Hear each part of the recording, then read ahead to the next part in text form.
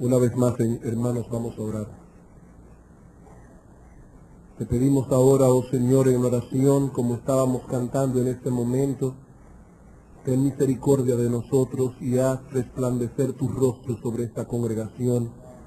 Danos, oh Señor, la iluminación de tu Santo Espíritu, para que al estudiar tu palabra nosotros podamos ver claramente las implicaciones de ella. Te lo suplicamos en el nombre de Jesús. Amén. Quisiera llamar vuestra atención en esta mañana a las palabras del apóstol Pablo en Hechos capítulo 20. Hechos capítulo 20, vamos a leer los versículos 28 al 32. Hablando a un grupo de pastores de Éfeso, la iglesia de Éfeso, dice el apóstol Pablo: por tanto mirad por vosotros y por todo el rebaño en que el Espíritu Santo os ha puesto por obispos para apacentar la iglesia del Señor, la cual él ganó por su propia sangre. Porque yo sé que después de mi partida entrarán en medio de vosotros lobos rapaces que no perdonarán al rebaño, y de vosotros mismos se levantarán hombres que hablen cosas perversas para arrastrar tras sí a los discípulos. Por tanto, velad, acordándoos que por 3 años, de noche y de día, no he cesado de amonestar con lágrimas a cada uno. Y ahora, hermanos, os encomiendo a Dios y a la palabra de su gracia, que tiene poder para sobreedificaros y daros herencia con todos los santificados. El apóstol Pablo aquí hace un llamado solemne a estos pastores de Éfeso a apacentar, a guiar este rebaño y a alimentarlos apropiadamente con el alimento de la palabra. Ese es, hermanos, el llamado, la vocación, la responsabilidad primaria de los pastores en la iglesia. Fue para eso, dice Pablo, que el Espíritu Santo nos ha colocado en esa posición. Solo la palabra de Dios, servida con claridad y fidelidad por esos hombres que Dios ha llamado, por esos hombres que Dios ha calificado, es lo que puede solidificar una congregación. Conscientes entonces de la responsabilidad que Dios ha puesto sobre nuestros hombros, no solo sentimos el peso de impartir la enseñanza de la palabra, sino también el peso de asegurarnos de que esa enseñanza sea bien comprendida, sea bien entendida. Debemos esforzarnos por presentar el contenido de las Escrituras de la manera más simple posible. Y cuando tengamos por obligación que exponer conceptos difíciles y oscuros, debemos arrojar sobre ellos la mayor cantidad de luz que podamos y volver a presentar el mismo concepto desde otro ángulo si es necesario, con tal de que las ovejas reciban el alimento. Es esto lo que nos ha movido como pastores a tomar la decisión de recapitular el material bíblico presentado en esta serie de sermones que hemos venido predicando desde hace ya unos cuantos domingos sobre escatología. Estamos conscientes de que algunas cosas que se han dicho no son tan fáciles de captar. Aparte de que en el caso de algunos el asunto se complica debido a los prejuicios teológicos que anidan en sus corazones. Así que por amor a estos hermanos y por el bien de la congregación en general, en el día de hoy no vamos a proseguir hacia adelante, es decir, añadiendo nuevas enseñanzas a las que ya han sido dadas, sino que vamos a presentar una vez más los encabezados de aquel armazón que colocamos en los primeros sermones de esta serie, para ver luego algunas conclusiones, 2 específicamente, que necesariamente se derivan de esos encabezados. Sabemos que hay detalles complicados y oscuros en la escatología bíblica. Eso ocurre, no importa cualquiera que sea el sistema que usted utilice de interpretación bíblica. Las profecías siempre tienen detalles complicados, detalles oscuros. Pero si establecemos aquellas enseñanzas que son claras, las otras que son oscuras caerán por su propio peso. Déjenme ilustrar esto. Vamos a suponer que usted se encuentra con un arminiano, es decir, con una persona que no puede concebir que Dios es soberano en la salvación de los pecadores. Una persona que no puede aceptar todas las doctrinas que se derivan de esta verdad fundamental de las Escrituras. La salvación está en las manos del Señor. No acepta esto. Pero este arminiano es sincero y te pide que le demuestres por la Biblia la veracidad de estas doctrinas. ¿Qué metodología usarías tú para probarle que la salvación está en las manos de Dios y no en las manos de los hombres? Bueno, yo comenzaría por mostrarle en las Escrituras cuál es la condición espiritual del pecador. Le mostraría en la palabra de Dios todos aquellos textos que enseñan claramente que el hombre está muerto espiritualmente, muerto en sus delitos y pecados. Efesios 2, 2 Corintios 4:4. Que el hombre está ciego, que el hombre no puede ver la luz de la verdad, que es un enemigo activo de Dios y de la justicia. Romanos 8:7, Colosenses 1:21 al 23, etcétera. Y ahora, luego de haberle enseñado todo eso, le preguntaría, ¿aceptas tú el testimonio de las Escrituras acerca de la condición del hombre? ¿Cuál es para ti, luego de haber visto todo esto, cuál es para ti la situación espiritual del pecador? ¿Tú crees que está muerto o simplemente agonizando? El hombre, sincero, luego de haber visto el material bíblico, dice, bueno, de acuerdo a estos textos no hay otra respuesta. El hombre está muerto. Perfecto. Si tú crees eso y lo aceptas, tienes que aceptar también todo lo demás. Todo lo demás. Si el hombre está muerto, ¿puede acaso tomar la iniciativa en este asunto de la salvación? ¿Puede un muerto espiritual creer y arrepentirse? Obviamente no. La salvación es entonces una iniciativa de Dios. Es Él quien elige, no el hombre. Si Dios hubiese dejado esto en las manos del hombre, entonces nadie sería salvo. Y así seguiría mostrándole a este hermano arminiano todo lo demás. Tan pronto se acepta un solo eslabón de la cadena, tenemos que ir aceptando el otro, y el otro, y el otro, etc. Bueno, esto es lo mismo que otra enseñanza. El problema es que hay algunas personas que estudian la Biblia como si fuera un montón de doctrinas no conectadas entre sí. Ellos dicen creer una cosa, pero al mismo tiempo dice que no creen otra. Y a la larga se están contradiciendo a sí mismos. Cristo dijo, toda la ley y los profetas se resumen en 2 mandamientos. Amarás a Dios por encima de todas las cosas, amarás al prójimo como a ti mismo. Si toda la Biblia se puede resumir en solo 2 mandamientos, ¿qué quiere decir eso? Que toda la Biblia, de una forma u otra, está conectada entre sí. Todas las doctrinas bíblicas se relacionan una con otra. El problema, repito, es que algunas personas no entienden eso. Y a menudo les oímos decir, no me gusta que me encasillen. A ustedes les fascina ponerle título a todo. Dispensacionalista, amilenialista, calvinista. Todo tiene un título. No me pongan título. Yo soy simplemente un cristiano bíblico. Bien, está bien, eso suena muy bien. El problema es que al definir lo que tú crees que la Biblia enseña, terminarás envuelto en un armazón teológico.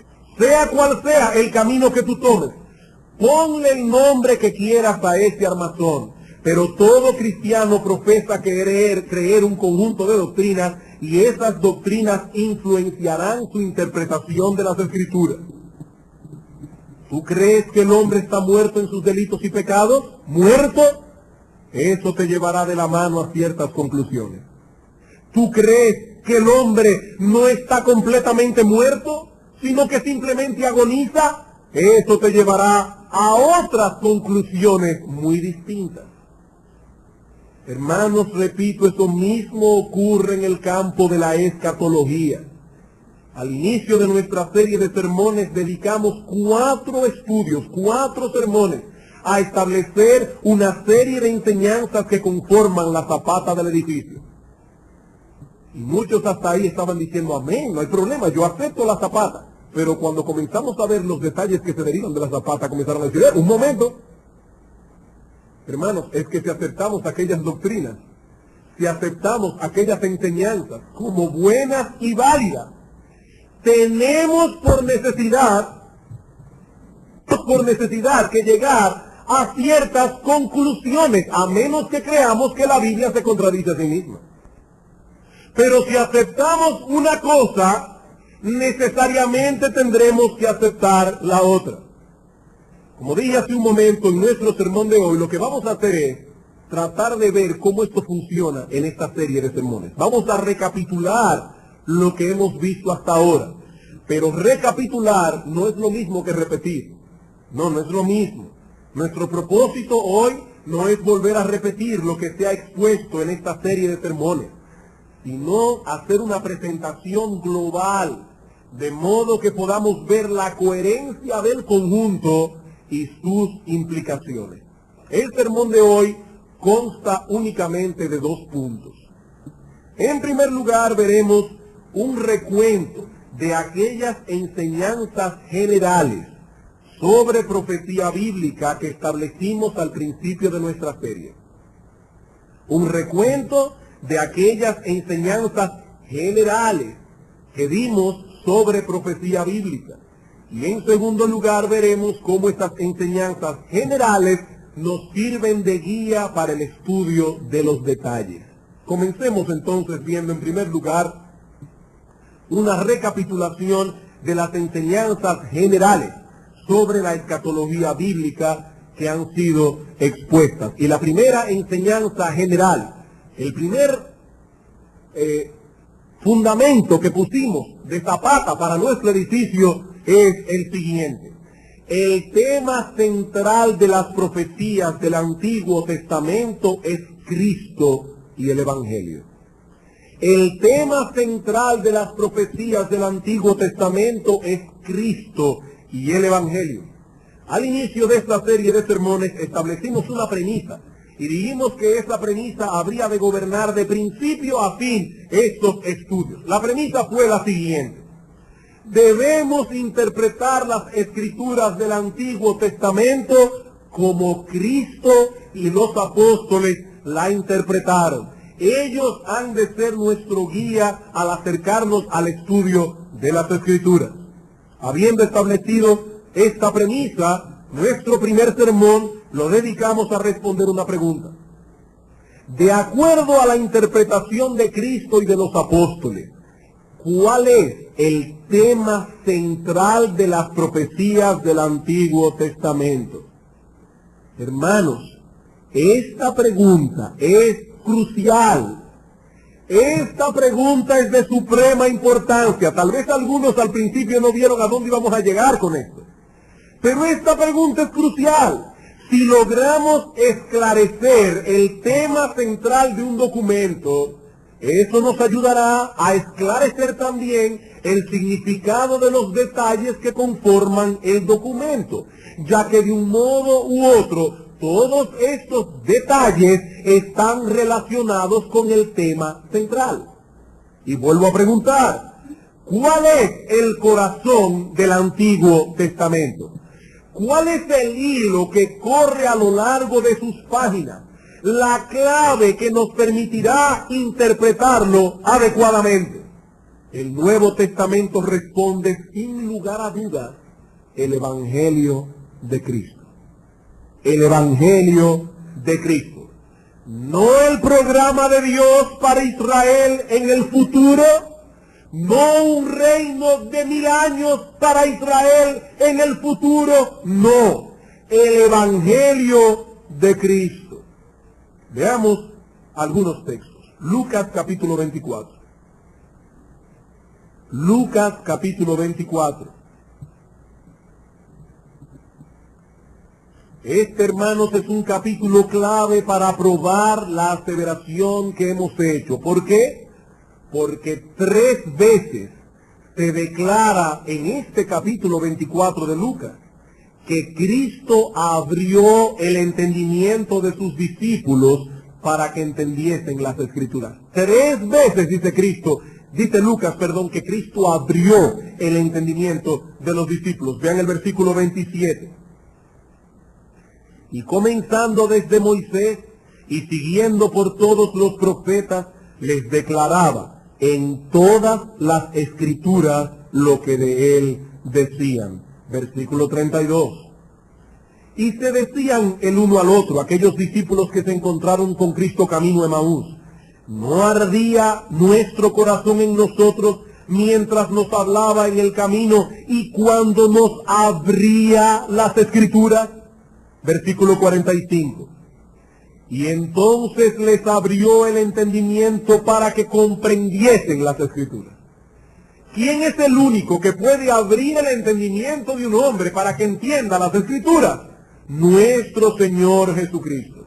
¿Y cuál es la llave que usó el Señor Jesucristo para abrir las puertas de las Escrituras del Antiguo Testamento? ¿Cuál fue la llave? El programa de Dios para Israel. Un milenio futuro de 1000 años de paz en la tierra, con Jerusalén como cabeza de las naciones. ¿Fue esa la llave que Cristo usó? No, hermanos, no. Versículo 25 otra vez. Entonces Él les dijo: oh insensatos y tardos de corazón para creer todo lo que los profetas han dicho. ¿No era necesario que el Cristo padeciera estas cosas y que entrara en su gloria? Y comenzando desde Moisés y siguiendo por todos los profetas, les declaraba en todas las Escrituras lo que de él decían. ¿De qué hablaban, hermanos, todos los profetas en todas las Escrituras? De los sufrimientos de Cristo y de las bendiciones que su iglesia recibiría a través de esos sufrimientos. Versículo 44. Y les dijo: estas son las palabras que os hablé estando aún con vosotros, que era necesario que se cumpliese todo lo que está escrito de mí en la ley de Moisés, en los profetas y en los salmos. La forma en que los discípulos, los judíos, de aquella época, y los mismos discípulos de Cristo veían el Antiguo Testamento: 3 divisiones: la ley, Moisés, los profetas y los salmos. Entonces les abrió el entendimiento para que comprendiesen las Escrituras y les dijo: así está escrito, y así fue necesario que el Cristo padeciese y resucitase de los muertos al 3er día. ¿Pero era eso todo lo que estaba escrito? No. Y también estaba escrito, es la idea, que se predicase en su nombre el arrepentimiento y el perdón de pecados en todas las naciones, comenzando desde Jerusalén. He ahí, hermanos, la llave que abre todas las puertas del Antiguo Testamento. El Señor no solamente afirma categóricamente que todos los profetas hablaron de esos eventos que constituyen la esencia del Evangelio, sino que este Evangelio es la clave para entender las Escrituras. Repito, hermanos, la clave no está en la restauración final del pueblo de Israel y su dominio mundial en un reino de 1000 años. La clave es el Evangelio. Si no vemos el Evangelio al leer el Antiguo Testamento, nos extraviamos de camino. Hechos capítulo 3.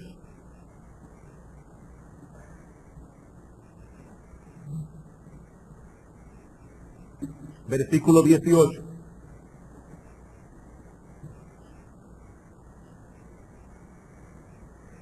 Pero Dios ha cumplido así lo que había antes anunciado por boca de todos sus profetas, Ven, hermanos, el énfasis, todas las escrituras, todos los profetas, Jesucristo había de padecer.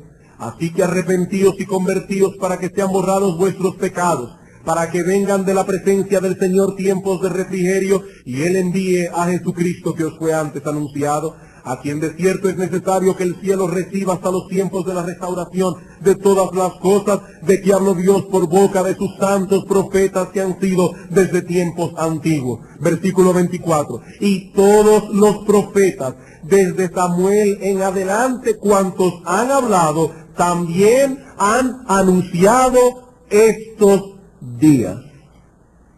¿De qué hablaron ellos? Del destino final de Israel 2000 años después, porque recuerden, y no sabemos si 2000 años después, porque no sabemos cuándo Cristo volverá, pero esto se escribió al principio de esta era cristiana.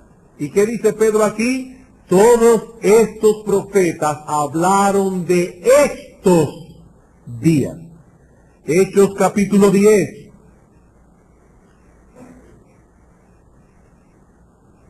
Versículo 42. Y nos mandó que predicásemos al pueblo y testificásemos que Él es el que Dios ha puesto por juez de vivos y muertos. De este dan testimonio todos los profetas, que todos los que en Él creyeren recibirán perdón de pecados por su nombre. No tenemos tiempo, hermanos, para seguir añadiendo texto sobre texto. Pueden buscar Romanos capítulo 1, versículos 1 al 4, Romanos capítulo 16, versículo 25, Primera de Pedro capítulo 1, versículo 10 al 12, y van a ver el mismo énfasis. ¿De qué hablaron los profetas? Del Evangelio de Cristo. Segunda enseñanza general. Segunda enseñanza general. La era presente de la iglesia fue ampliamente revelada en las profecías del Antiguo Testamento.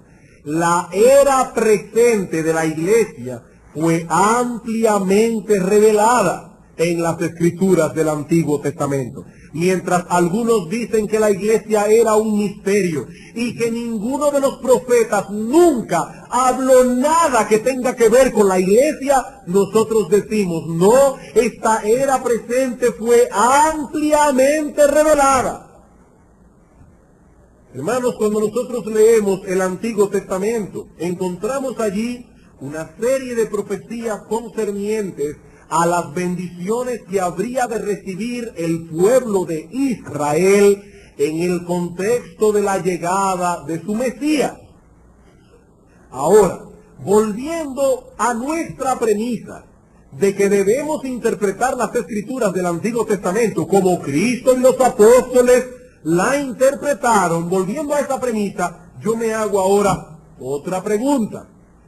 ¿Interpretaron ellos, Cristo y los apóstoles, esas profecías como un conjunto de bendiciones que vendrían sobre Israel, sobre los descendientes físicos de Abraham en un reino futuro?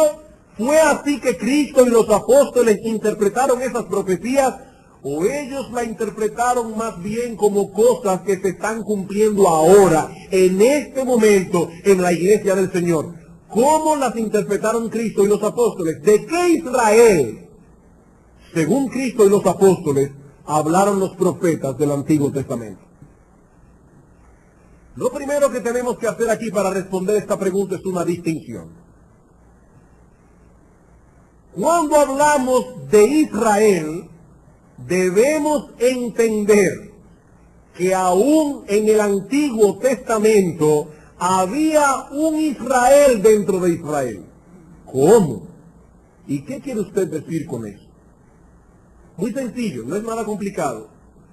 Que muchos de los judíos, descendientes físicos de Abraham, circuncidados conforme al rito judaico, que vivieron bajo el antiguo pacto, no fueron creyentes. Nada más tienen que leer Hebreos 4 y van a ver allí que desde el principio fue así. Muchos fueron incrédulos. En otras palabras, ellos eran judíos según la carne, como les llama Pablo en 1 Corintios 10, 18. Judíos según la carne, pero no eran judíos según el Espíritu. No eran israelitas de corazón. Salmo 73.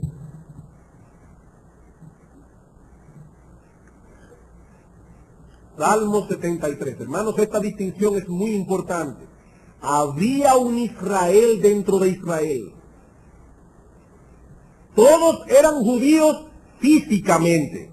No todos eran judíos espiritualmente. No todos pertenecían al verdadero pueblo de Dios.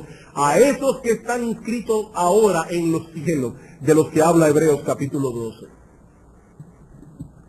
Noten cómo comienza este salmo.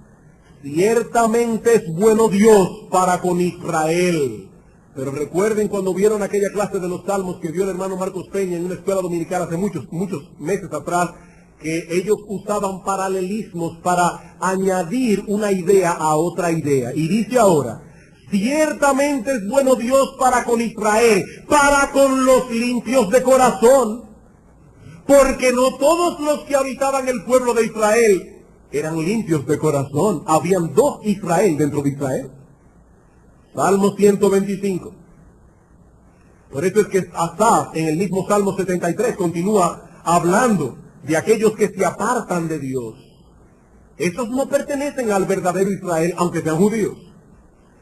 Salmo 125, versículo 5. Comienza este salmo hablando de los que confían en Jehová. Y dice ahora en el versículo 5, mas a los que se apartan tras sus perversidades, Jehová los llevará con los que hacen iniquidad. Paz sea sobre Israel. Hay algunos que no recibirán esa paz. ¿Por qué? Porque van tras sus perversidades. Y Jehová les dará, aunque sean judíos, el pago de sus iniquidades. Por eso el salmista dice al final, paz sea sobre Israel. ¿Y qué Israel es este? Los que confían en Jehová, que son como el monte de Sión. Sobre ese Israel sea la paz de Dios. Lucas capítulo 3, versículo 8. Juan el Bautista, el precursor del Mesías, llega a Jerusalén, a Judea. Comienza a predicar el evangelio del reino y a decir, arrepentíos, porque el reino de los cielos se ha acercado. Juan el Bautista, como buen predicador que era, comenzó a prever lo que estaba en la mente de algunos que estaban escuchando su predicación. ¿Que nosotros tenemos que arrepentirnos? ¿Y qué es lo que este hombre está predicando? Nosotros somos israelitas, nosotros somos descendientes de Abraham, nosotros somos del pueblo de Dios. Y dice Juan el Bautista, haced, versículo 8, haced pues frutos dignos de arrepentimiento. Y no comencéis a decir dentro de vosotros mismos, tenemos a Abraham por padre, porque os digo que Dios puede levantar hijos a Abraham aún de estas piedras. Le está diciendo mucho cuidado. No crean que por ser descendientes físicos de Abraham, ya ustedes son salvos. Porque Dios puede hacer que salgan hijos de Abraham hasta de las piedras. Esto no dice nada, judíos. Juan capítulo 8, versículo 39 al 44. ¿Ven ustedes, hermanos? Hay un Israel dentro de Israel.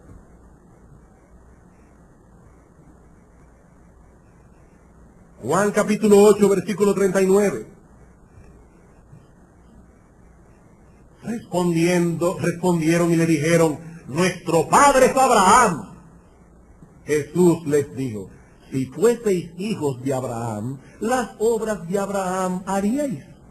Pero ahora procuráis matarme a mí, hombre que os he hablado la verdad, la cual he oído de Dios. Eso no fue lo que hizo Abraham. Él está diciendo, sí, ustedes son descendientes físicos de Abraham, eso es verdad. Pero ustedes no son hijos de Abraham. Ustedes no pertenecen al verdadero Israel. Porque si fueran del verdadero Israel, me oiríais a mí, porque eso fue lo que hizo Abraham. Vosotros hacéis las obras de vuestro padre. Entonces le dijeron, nosotros no somos nacidos de fornicación. Un padre tenemos que es Dios. Jesús entonces les dijo, si vuestro padre fuese Dios, ciertamente me amaríais. Porque yo de Dios he salido y he venido. Pues no he venido de mí mismo, sino que Él me envió. ¿Por qué no entendéis mi lenguaje? Porque no podéis escuchar mi palabra. Vosotros sois de vuestro padre el diablo. Hermanos, estas son palabras duras. Ellos pertenecían al Israel físico, pero eran hijos de Satanás. No pertenecían al verdadero Israel. Romanos capítulo 8. Versículo 28.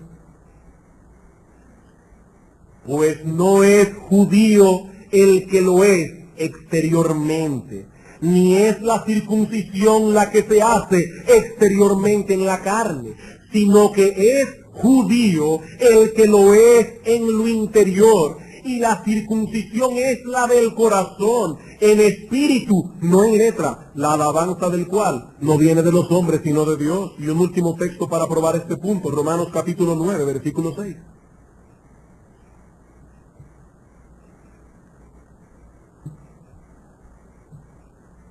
Pablo comienza este capítulo diciendo, ¿falló Dios en su promesa? Porque Dios había prometido bendecir la simiente de Abraham. ¿Falló Dios?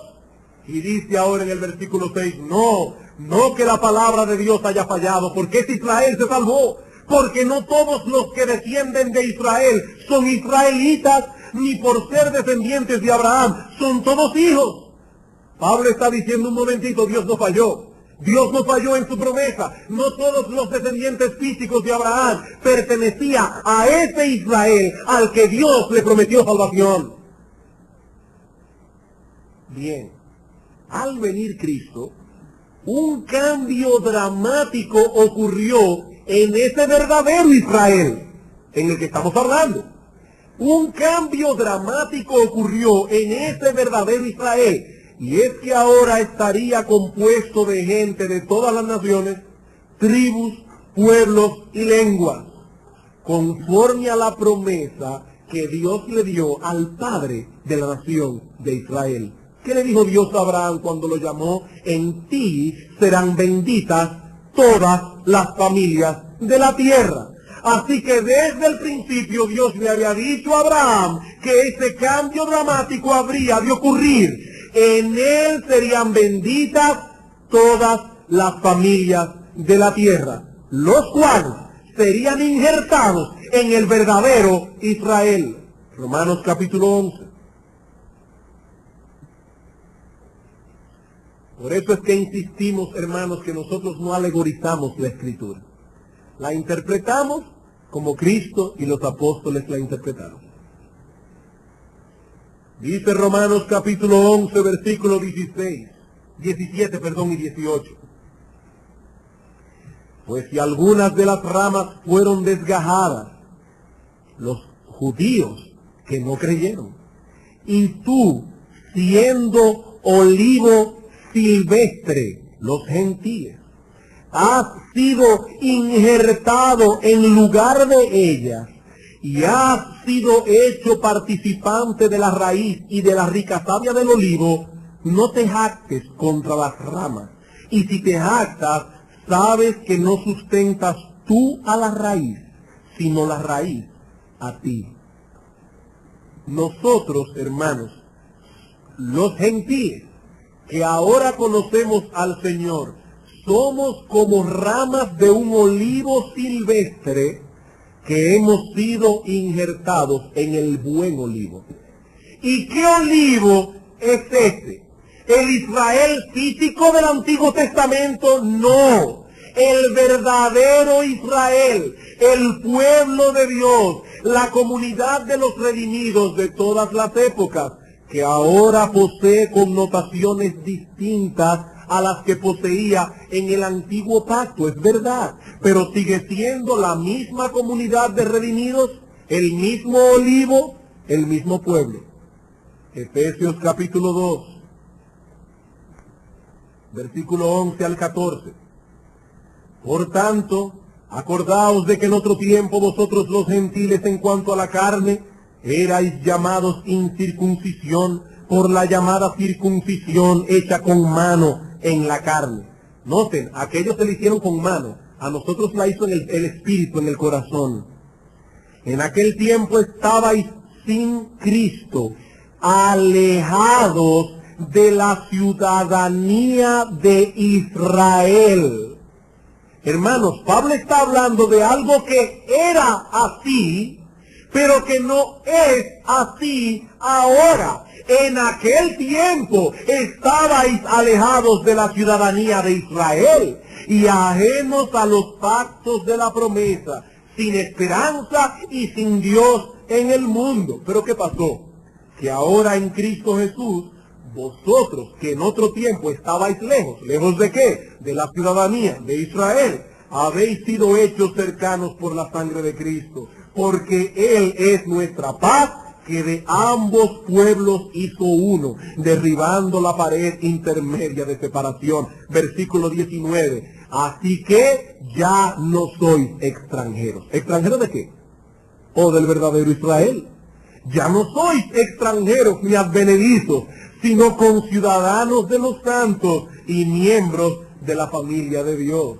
Hermanos, la iglesia no es otro olivo. La iglesia no es otro pueblo, es el mismo árbol, es el mismo pueblo, pero con ciertas peculiaridades distintas.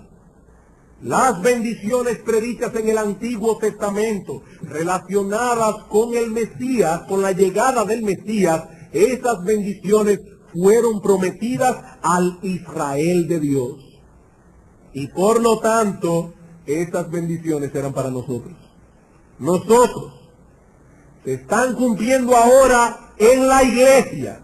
Nosotros, que aunque no somos del linaje físico de Abraham, somos por medio de la fe de su linaje espiritual y por lo tanto herederos de la promesa. Gálatas capítulo 3, versículos 13 y 14.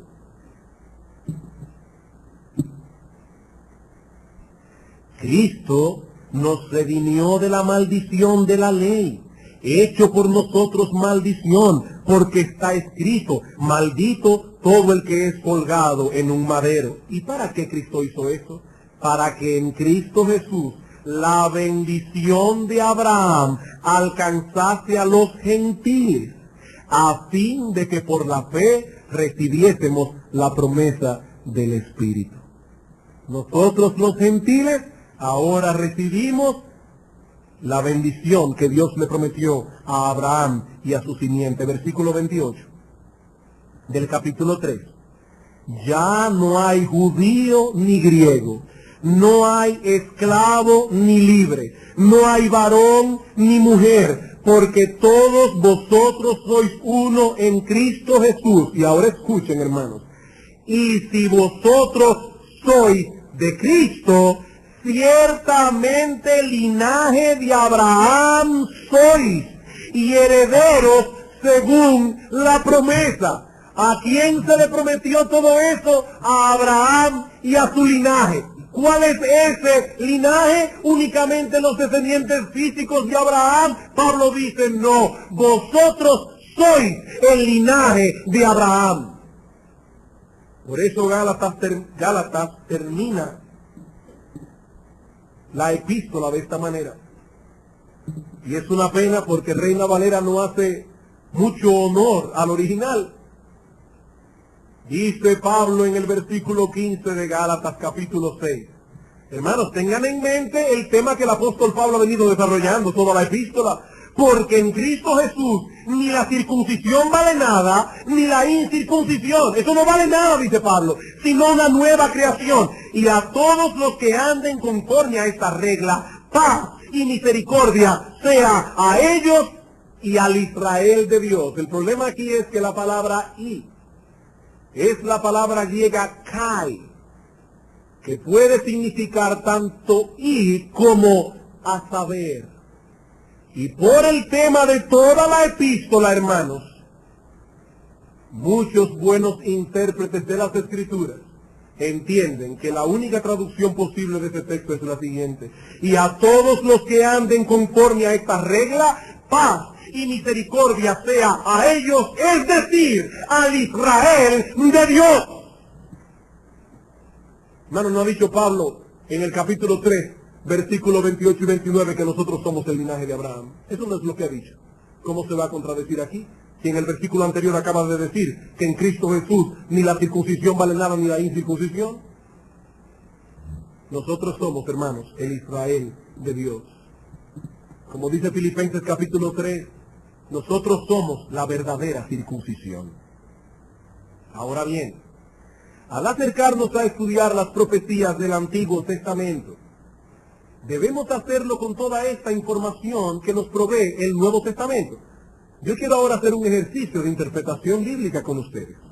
Vamos a ver algunos textos y vamos a ver cómo lo interpretaron los apóstoles en el Nuevo Testamento. Vamos a Isaías, capítulo 54. ¿No? Noten el titulito que aparece en sus Biblias. El amor eterno de Jehová hacia Israel. Todas esas profecías del Antiguo Testamento eran para Israel.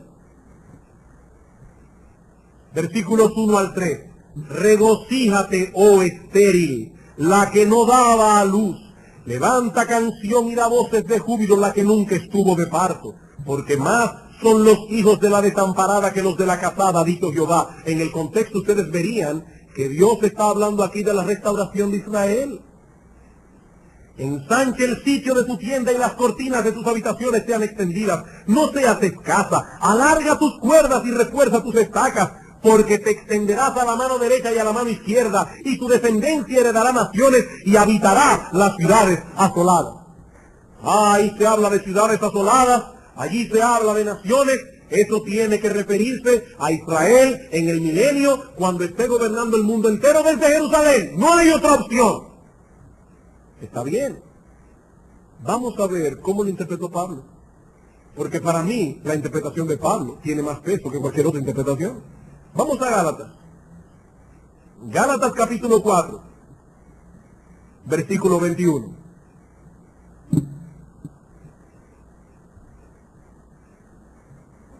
Decidme, dice Pablo, los que queréis estar bajo la ley, ¿no habéis oído la ley? Porque está escrito que Abraham tuvo dos hijos, uno de la esclava y el otro de la libre. Pero el de, Sara y Agar.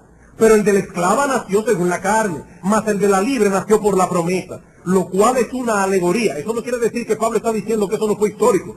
Lo que él está diciendo es que hay una verdad espiritual que podemos extraer de esa historia. ¿Cuál es esa verdad? Bueno, estas mujeres son los dos pactos. El uno proviene del monte Sinaí, el cual da hijos para esclavitud. Este es Agar, porque Agar es el monte Sinaí en Arabia y corresponde a la Jerusalén actual, pues esta, junto con sus hijos, está en esclavitud.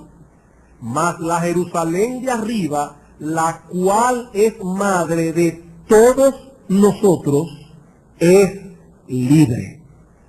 Hermanos, la iglesia a la que Pablo estaba escribiendo esta carta era una iglesia gentil.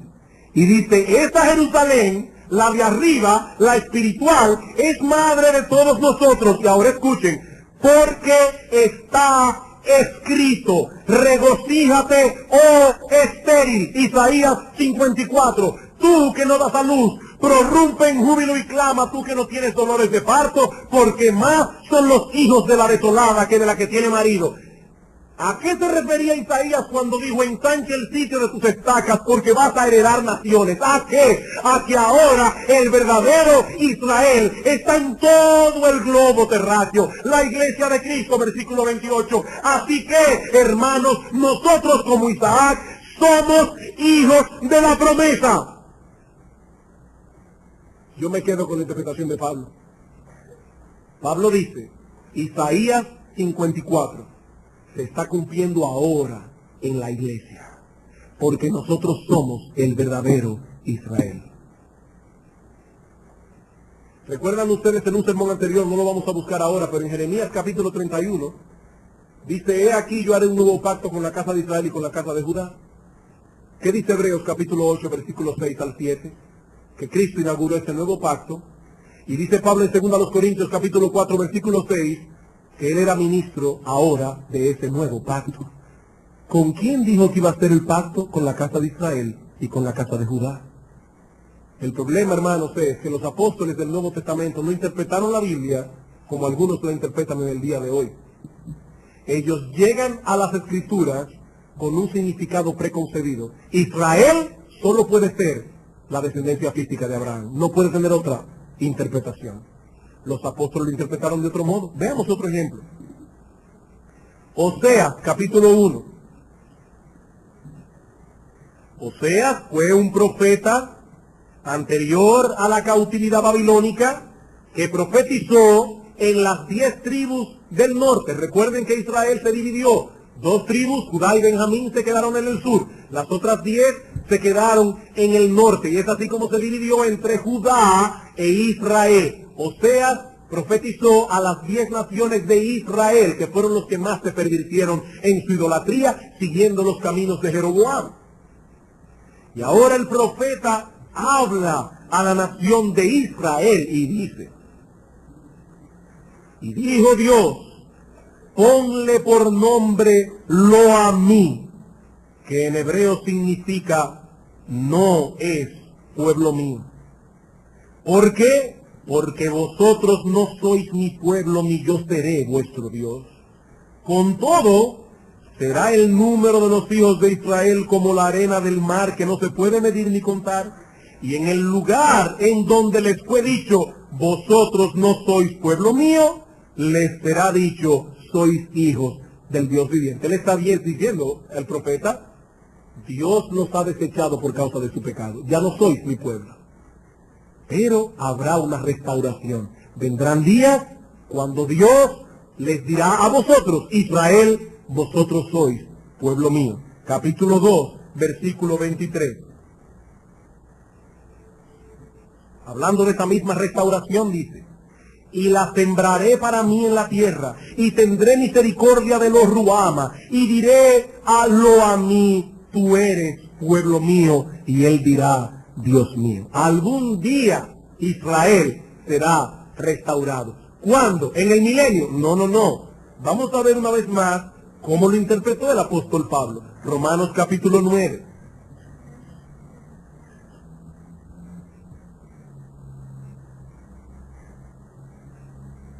Versículo 23.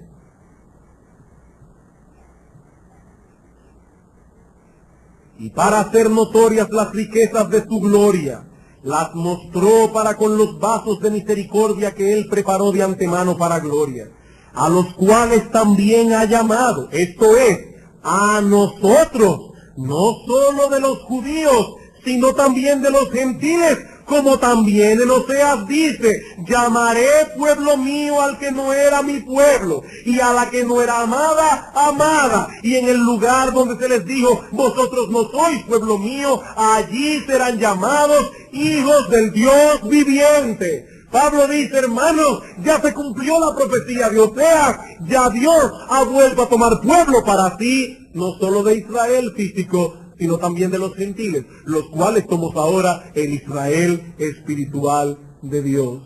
Una vez más me quedo con la interpretación del apóstol Pablo. Amós capítulo 9.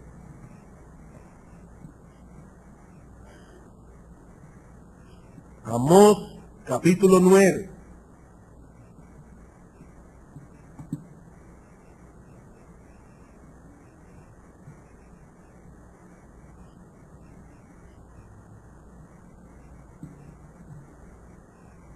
Versículo 11.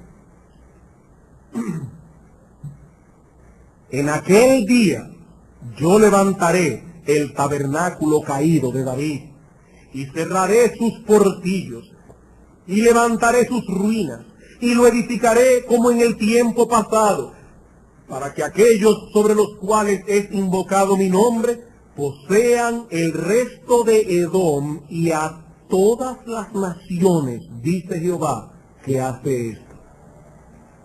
Una vez más está hablando el profeta de que en un tiempo lejano Israel volverá otra vez a ser cabeza de naciones, y en Jerusalén habrá un gobierno mundial, y que todas las naciones vendrán a adorar en el templo que se reconstruirá en el milenio. Es de eso que está hablando el profeta.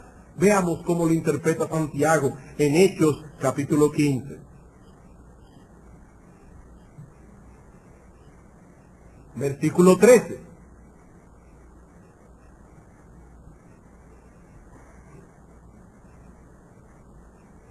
Hay un problema aquí. Algunos judíos cristianos entendían que para ser miembros de la comunidad de creyentes había que pasar por el rito de la circuncisión y hacerse prosélito y entonces ser aceptado en la familia de la fe. Se hace una reunión y cuando ellos callaron, Hechos 15:13, Jacobo respondió diciendo: varones hermanos, oídme.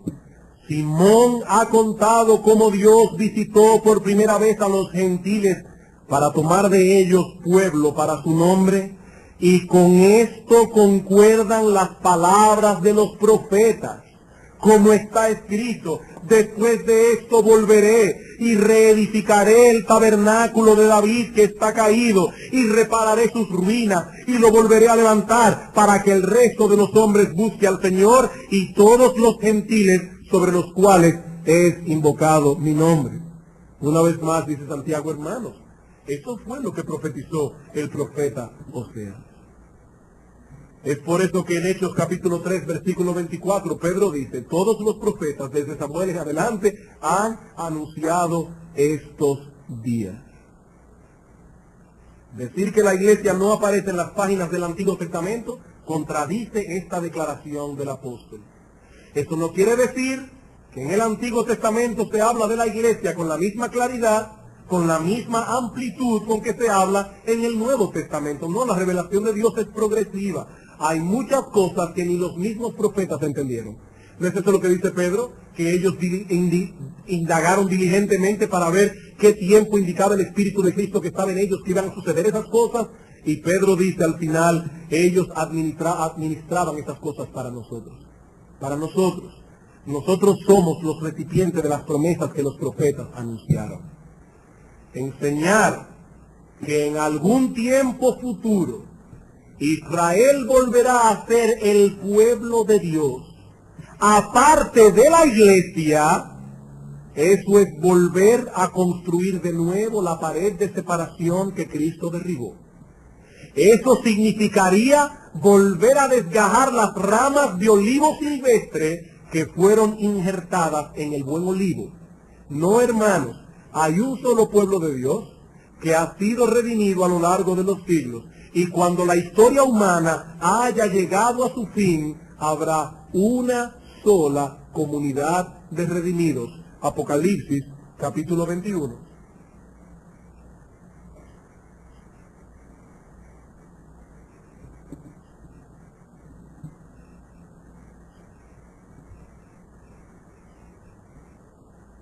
Versículo 1. Vi un cielo nuevo y una tierra nueva, porque el primer cielo y la primera tierra pasaron y el mar ya no existía más. Y yo, Juan, vi la santa ciudad, la nueva Jerusalén, descender del cielo de Dios, dispuesta como una esposa ataviada para su marido.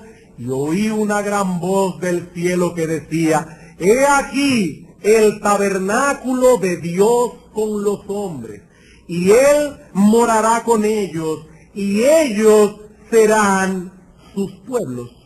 No, su pueblo, y Dios mismo estará con ellos como su Dios. Esta ciudad comprende a todos los redimidos del Antiguo y Nuevo Pacto. ¿Cómo lo sabemos? Vamos al versículo 2. Describiendo esta ciudad, dice Juan: tenía un muro grande y alto con 12 puertas. Hermanos, esto es simbólico. Y en las puertas 12 ángeles y nombres inscritos que son los de las 12 tribus de los hijos de Israel. Versículo 14. Y el muro de la ciudad tenía 12 cimientos, y sobre ellos los 12 nombres de los 12 apóstoles del Cordero. Una sola ciudad donde habitan todos los redimidos, que serán su pueblo, y Dios será su Dios. Es una misma ciudad, hermanos, con el nombre de los 12 tribus de Israel, del verdadero Israel, y con el nombre de los 12 apóstoles de Cristo. Hermanos, a mí el tiempo se me ha ido y yo no he acabado. Entonces lo que vamos a hacer es una cosa. Los otros 2 encabezados solo los voy a mencionar. No los voy a probar. Ahí tienen los casetes. Búsquenlo si no estuvo aquí y escúchenlo. Es lo siguiente. Dos enseñanzas generales más. Todo cuanto Dios nos ha revelado en su palabra tiene que ver únicamente con dos periodos de la historia humana, con este siglo y con el venidero. Ya vimos cómo esa expresión, este siglo y el venidero, comprende toda la historia del hombre, incluyendo la eternidad. Dos siglos cualitativamente distintos el uno del otro, dividido por la segunda venida del Señor. En este siglo, Lucas 20, 34, 36, los hombres mueren, envejecen, etc. En aquel siglo, dice Cristo, todos estarán en cuerpos glorificados, todos habrán pasado por la resurrección.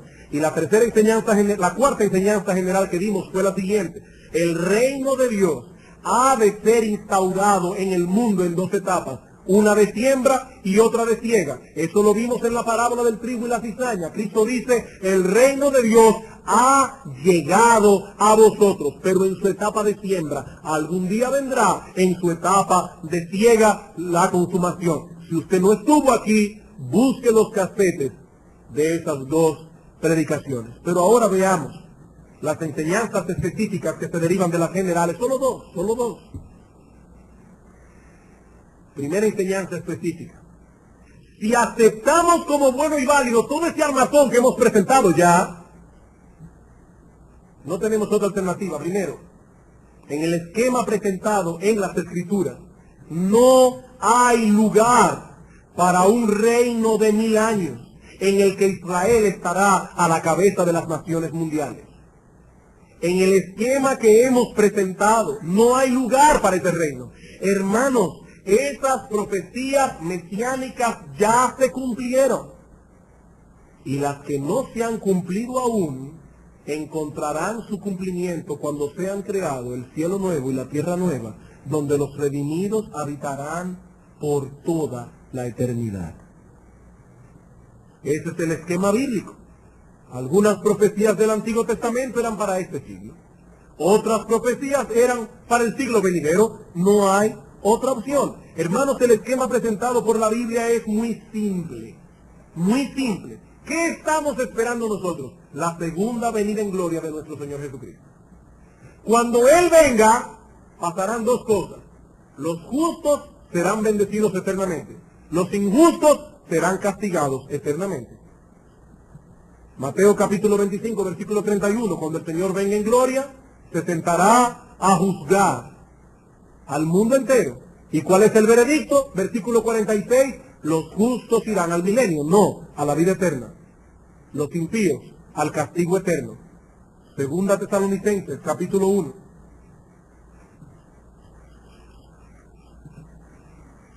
Versículo 6. Hermanos, el estado de cosas que será implantado cuando Cristo vuelva es definitivo, no temporal. Cristo no viene a instaurar un reino de 1000 años. Cuando Él venga, la eternidad. Versículo 6.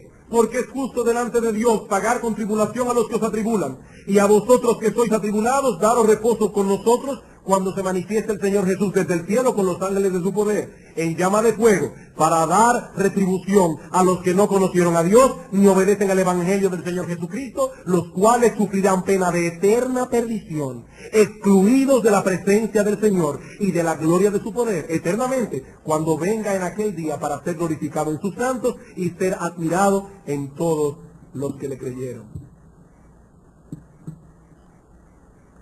¿Dónde ubicamos entonces, hermanos, un reino que será compartido por personas en cuerpos glorificados con otros en cuerpos naturales? ¿Dónde lo ubicamos?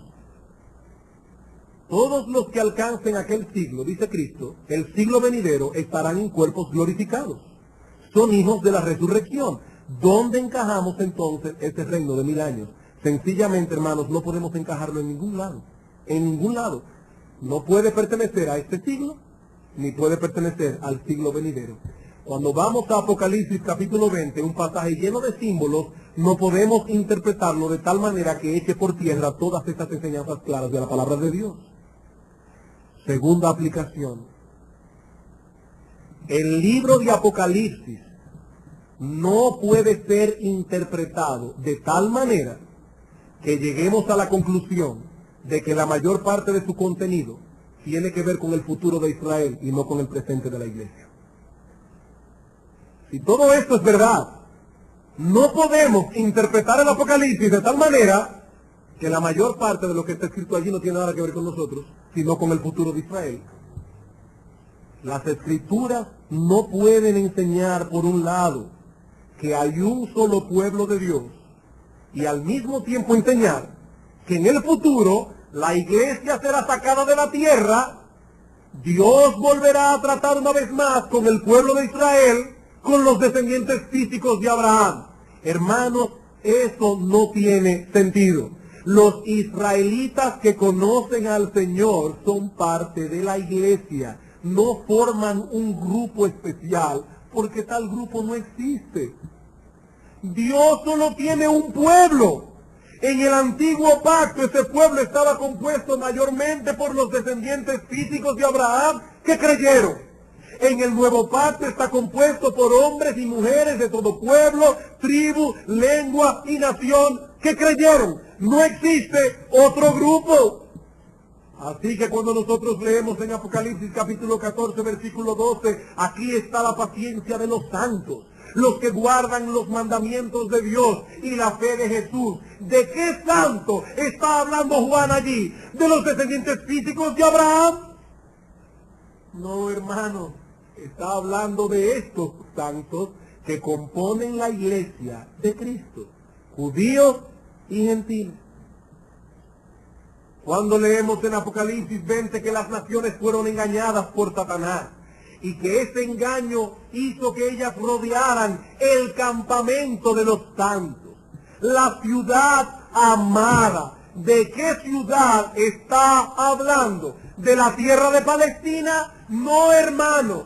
El Nuevo Testamento, en un lenguaje literal y claro, no da pauta para interpretar eso así. Cristo le dijo a la mujer samaritana, viene la hora, y ahora es, cuando ni en este monte, ni en Jerusalén adoraréis al Padre. Dios está buscando verdaderos adoradores que le adoren en espíritu y en verdad. ¿De qué ciudad está hablando Apocalipsis 20? De todos esos hombres y mujeres del mundo entero que ahora adoran a Dios en espíritu y en verdad. Satanás ha sido atado para que no pueda destruir a la iglesia a lo largo de esta era evangélica. Y así podemos predicar el evangelio en todas las naciones. Cristo impedirá que esta confabulación mundial sea llevado a cabo hasta que la iglesia complete su misión. ¿De dónde sacamos esa interpretación? Del Nuevo Testamento. Mateo capítulo 24. Versículo 14. Los discípulos preguntan, ¿cuándo será el fin? Y Cristo dice, será predicado este evangelio del reino en todo el mundo, para testimonio a todas las naciones, y entonces vendrá el fin. Mateo capítulo 28, versículo 18. Y Jesús se acercó y les habló diciendo, toda autoridad me es dada en el cielo y en la tierra, por tanto, id y haced discípulos a todas las naciones. Y al final le promete, aquí yo estoy con vosotros todos los días hasta el fin del aion, hasta el fin del siglo. Segunda Tesalonicenses, para mí todavía un texto más claro. Hermanos, ¿cuál es el esquema presentado en Apocalipsis 20? Satanás es atado, los santos que han muerto reinan con Cristo en el cielo, al final Satanás es suelto, el anticristo logra confabular a todas las naciones para atacar la ciudad amada, el santo campamento, o el campamento de los santos. Vamos a ver lo que dice Pablo en un lenguaje literal. Capítulo 2, versículo 1. Pero con respecto a la venida de nuestro Señor Jesucristo y nuestra reunión con Él, aquí está hablando indudablemente del arrebatamiento del que habla Tesalonicenses 4:13. La venida de Cristo y nuestra reunión con Él.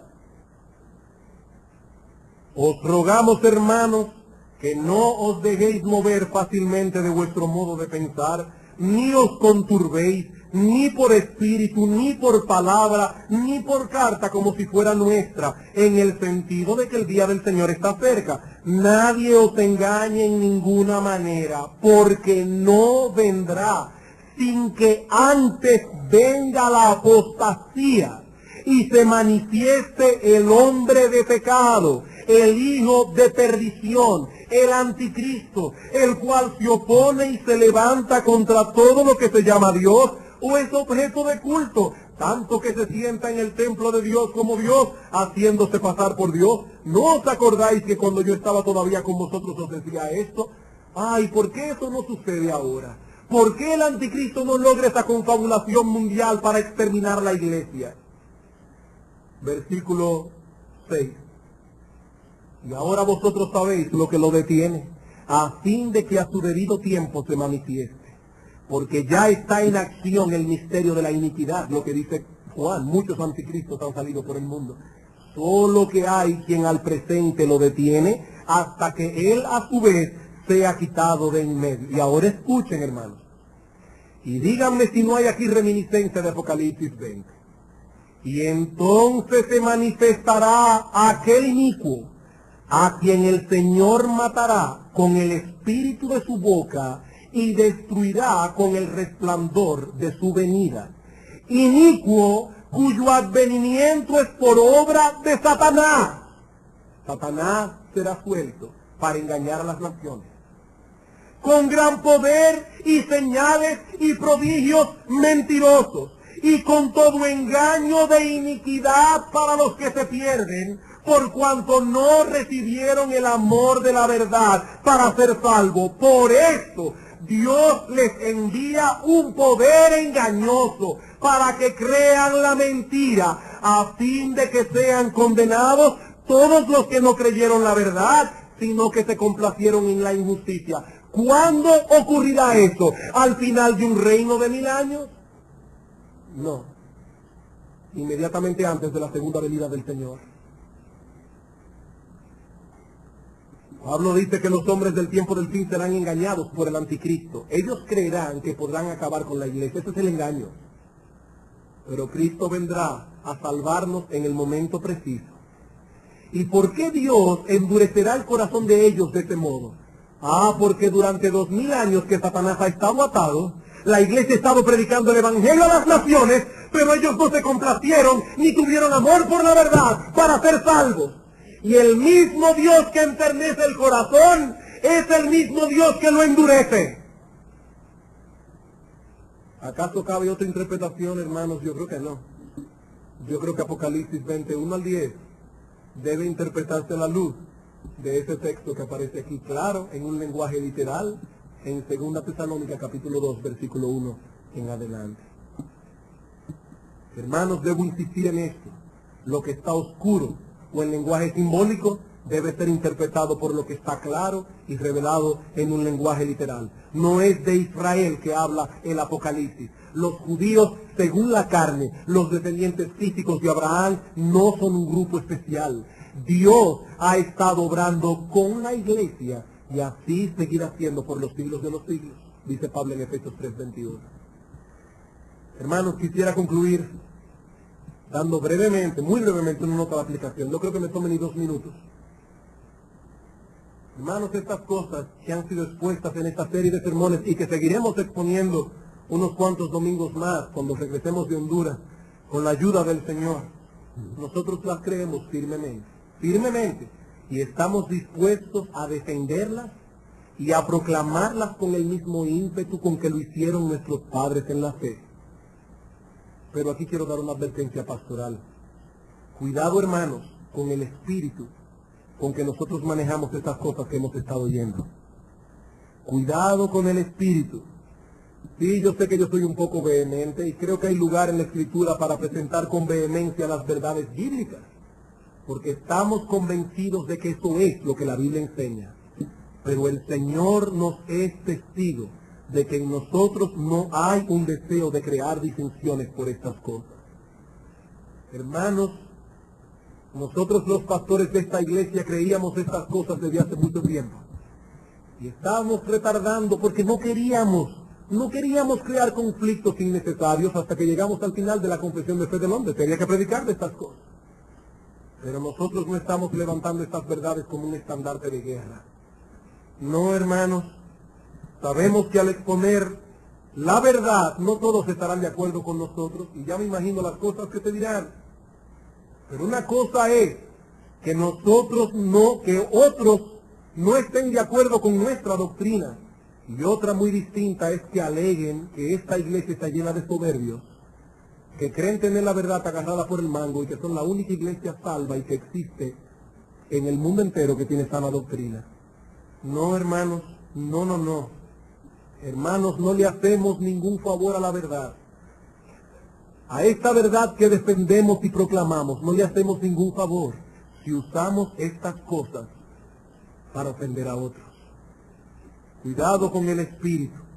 Todo cuanto Dios nos ha revelado en su palabra es útil para enseñar, redarguir, corregir, instruir en justicia, para promover nuestra piedad. Tomar estas verdades de las Escrituras como un estandarte de guerra no es lo que el Señor espera que hagamos con su palabra. El apóstol Pedro dice: estar siempre preparados para presentar defensa con mansedumbre y reverencia ante todo el que os demande razón de la esperanza que hay en vosotros. Así que no confundan la vehemencia que puede mostrar un expositor en un momento dado al exponer una verdad a un grupo de gente con el lenguaje ofensivo que suelen usar algunos al tratar de convencer a otros.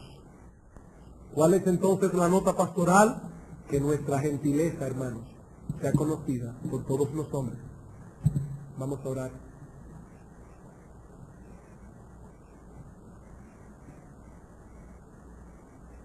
Padre nuestro que estás en los cielos, exaltamos y glorificamos tu santo y bendito nombre. Gracias, oh Señor, porque tu Santo Espíritu inspiró a estos hombres que a lo largo de los siglos escribieron tu palabra. Oh Señor, nosotros confesamos, como el salmista, que la suma de tu palabra es verdad. Es una palabra purificada en un horno 7 veces. Gracias, oh Señor, por las cosas que nos has enseñado en esta serie de sermones. Cualquier prejuicio que haya en nuestros corazones, permite, oh Padre, que la luz de tu palabra pueda disiparlo. Pero al mismo tiempo, Señor, queremos suplicarte que tú nos des un espíritu humilde para reconocer que no es por nuestra bondad que tú has tenido a bien revelarnos estas cosas y darnos esta luz. Oh Señor, ha sido por tu gracia. Que nosotros podamos dar de gracia lo que de gracia hemos recibido. Padre, libra esta iglesia de la soberbia. Oh Señor, nosotros hemos cometido este pecado en el pasado y tú nos has disciplinado severamente. Oh Dios, líbranos de esa maldición. Líbranos, oh Señor, de mirar a otros hermanos en Cristo por encima del hombro. Que no haya nadie aquí que cometa ese gravísimo pecado contra Cristo y contra su pueblo. Ayúdanos, oh Señor, a recibir estas cosas con humildad y mansedumbre. Te lo suplicamos en el nombre de Jesús. Amén.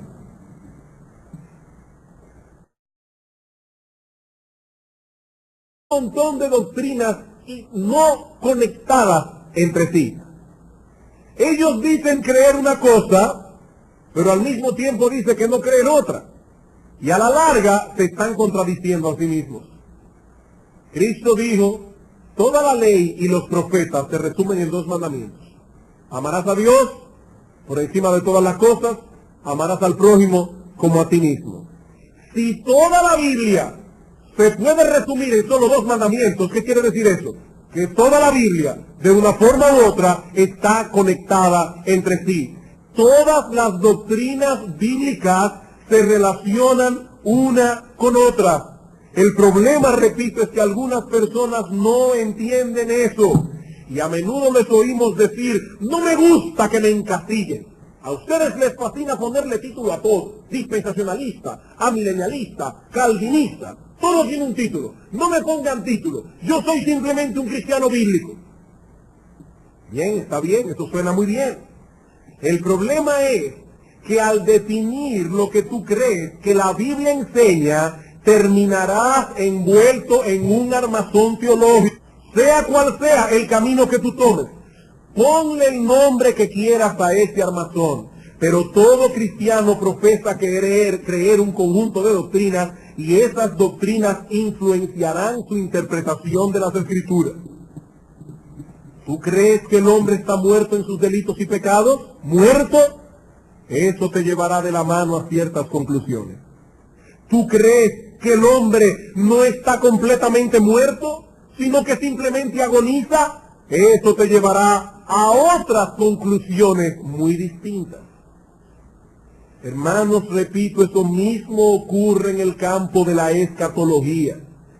Al inicio de nuestra serie de sermones dedicamos 4 estudios, 4 sermones, a establecer una serie de enseñanzas que conforman la zapata del edificio. Y muchos hasta ahí estaban diciendo, amén, no hay problema, yo acepto la zapata. Pero cuando comenzamos a ver los detalles que se derivan de la zapata, comenzaron a decir, un momento. Hermanos, es que si aceptamos aquellas doctrinas, si aceptamos aquellas enseñanzas como buenas y válidas, tenemos por necesidad que llegar a ciertas conclusiones, a menos que creamos que la Biblia se contradice a sí misma. Pero si aceptamos una cosa, necesariamente tendremos que aceptar la otra. Como dije hace un momento en nuestro sermón de hoy, lo que vamos a hacer es tratar de ver cómo esto funciona en esta serie de sermones. Vamos a recapitular lo que hemos visto hasta ahora. Pero recapitular no es lo mismo que repetir. No es lo mismo. Nuestro propósito hoy no es volver a repetir lo que se ha expuesto en esta serie de sermones, sino hacer una presentación global, de modo que podamos ver la coherencia del conjunto y sus implicaciones. El sermón de hoy consta únicamente de 2 puntos. En primer lugar, veremos un recuento de aquellas enseñanzas generales sobre profecía bíblica que establecimos al principio de nuestra serie. Un recuento de aquellas enseñanzas generales que dimos sobre profecía bíblica. Y en segundo lugar veremos cómo estas enseñanzas generales nos sirven de guía para el estudio de los detalles. Comencemos entonces viendo en primer lugar una recapitulación de las enseñanzas generales sobre la escatología bíblica que han sido expuestas. Y la primera enseñanza general, el primer fundamento que pusimos de zapata para nuestro edificio es el siguiente. El tema central de las profecías del Antiguo Testamento es Cristo y el Evangelio. El tema central de las profecías del Antiguo Testamento es Cristo y el Evangelio. Al inicio de esta serie de sermones establecimos una premisa y dijimos que esa premisa habría de gobernar de principio a fin estos estudios. La premisa fue la siguiente: debemos interpretar las escrituras del Antiguo Testamento como Cristo y los apóstoles la interpretaron. Ellos han de ser nuestro guía al acercarnos al estudio de las Escrituras. Habiendo establecido esta premisa, nuestro primer sermón lo dedicamos a responder una pregunta. De acuerdo a la interpretación de Cristo y de los apóstoles, ¿cuál es el tema central de las profecías del Antiguo Testamento? Hermanos, esta pregunta es crucial. Esta pregunta es de suprema importancia. Tal vez algunos al principio no vieron a dónde íbamos a llegar con esto. Pero esta pregunta es... Una vez más, hermanos, vamos a orar. Te pedimos ahora, oh Señor, en oración, como estábamos cantando en este momento, ten misericordia de nosotros y haz resplandecer tu rostro sobre esta congregación. Danos, oh Señor, la iluminación de tu Santo Espíritu, para que al estudiar tu palabra nosotros podamos ver claramente las implicaciones de ella. Te lo suplicamos en el nombre de Jesús. Amén. Quisiera llamar vuestra atención en esta mañana a las palabras del apóstol Pablo en Hechos capítulo 20. Hechos capítulo 20, vamos a leer los versículos 28 al 32. hablando a un grupo de pastores de Éfeso, la iglesia de Éfeso, dice el apóstol Pablo: por tanto mirad por vosotros y por todo el rebaño en que el Espíritu Santo os ha puesto por obispos para apacentar la iglesia del Señor, la cual él ganó por su propia sangre. Porque yo sé que después de mi partida entrarán en medio de vosotros lobos rapaces que no perdonarán al rebaño, y de vosotros mismos se levantarán hombres que hablen cosas perversas para arrastrar tras sí a los discípulos. Por tanto, velad, acordándoos que por 3 años, de noche y de día, no he cesado de amonestar con lágrimas a cada uno. Y ahora, hermanos, os encomiendo a Dios y a la palabra de su gracia, que tiene poder para sobreedificaros y daros herencia con todos los santificados. El apóstol Pablo aquí hace un llamado solemne a estos pastores de Éfeso a apacentar, a guiar este rebaño y a alimentarlos apropiadamente con el alimento de la palabra. Ese es, hermanos, el llamado, la vocación, la responsabilidad primaria de los pastores en la iglesia. Fue para eso, dice Pablo, que el Espíritu Santo nos ha colocado en esa posición. Solo la palabra de Dios, servida con claridad y fidelidad por esos hombres que Dios ha llamado, por esos hombres que Dios ha calificado, es lo que puede solidificar una congregación.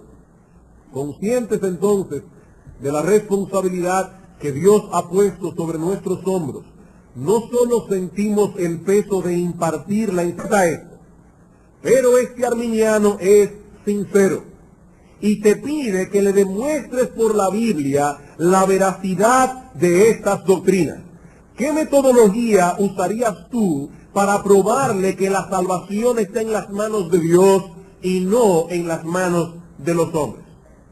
Bueno, yo comenzaría por mostrarle en las Escrituras cuál es la condición espiritual del pecador. Le mostraría en la palabra de Dios todos aquellos textos que enseñan claramente que el hombre está muerto espiritualmente, muerto en sus delitos y pecados. Efesios 2, 2 Corintios 4:4. Que el hombre está ciego, que el hombre no puede ver la luz de la verdad, que es un enemigo activo de Dios y de la justicia. Romanos 8:7, Colosenses 1:21 al 23, etcétera. Y ahora, luego de haberle enseñado todo eso, le preguntaría: ¿aceptas tú el testimonio de las Escrituras acerca de la condición del hombre? ¿Cuál es para ti, luego de haber visto todo esto, cuál es para ti la situación espiritual del pecador? ¿Tú crees que está muerto o simplemente agonizando? El hombre, sincero, luego de haber visto el material bíblico, dice: bueno, de acuerdo a estos textos no hay otra respuesta. El hombre está muerto. Perfecto. Si tú crees eso y lo aceptas, tienes que aceptar también todo lo demás. Todo lo demás. Si el hombre está muerto, ¿puede acaso tomar la iniciativa en este asunto de la salvación? ¿Puede un muerto espiritual creer y arrepentirse? Obviamente no. La salvación es entonces una iniciativa de Dios. Es Él quien elige, no el hombre. Si Dios hubiese dejado esto en las manos del hombre, entonces nadie sería salvo. Y así seguiría mostrándole a este hermano arminiano todo lo demás. Tan pronto se acepta un solo eslabón de la cadena, tenemos que ir aceptando el otro, y el otro, y el otro, etc. Bueno, esto es lo mismo que otra enseñanza. El problema es que hay algunas personas que estudian la Biblia como si fuera una enseñanza de la palabra, sino también el peso de asegurarnos de que esa enseñanza sea bien comprendida, sea bien entendida. Debemos esforzarnos por presentar el contenido de las Escrituras de la manera más simple posible. Y cuando tengamos por obligación que exponer conceptos difíciles y oscuros, debemos arrojar sobre ellos la mayor cantidad de luz que podamos y volver a presentar el mismo concepto desde otro ángulo si es necesario, con tal de que las ovejas reciban el alimento. Es esto lo que nos ha movido como pastores a tomar la decisión de recapitular el material bíblico presentado en esta serie de sermones que hemos venido predicando desde hace ya unos cuantos domingos sobre escatología. Estamos conscientes de que algunas cosas que se han dicho no son tan fáciles de captar. Aparte de que en el caso de algunos el asunto se complica debido a los prejuicios teológicos que anidan en sus corazones. Así que por amor a estos hermanos y por el bien de la congregación en general, en el día de hoy no vamos a proseguir hacia adelante, es decir, añadiendo nuevas enseñanzas a las que ya han sido dadas, sino que vamos a presentar una vez más los encabezados de aquel armazón que colocamos en los primeros sermones de esta serie, para ver luego algunas conclusiones, dos específicamente, que necesariamente se derivan de esos encabezados.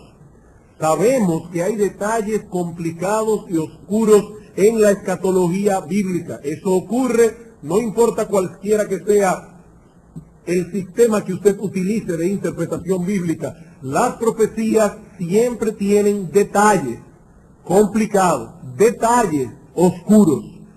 Pero si establecemos aquellas enseñanzas que son claras, las otras que son oscuras caerán por su propio peso.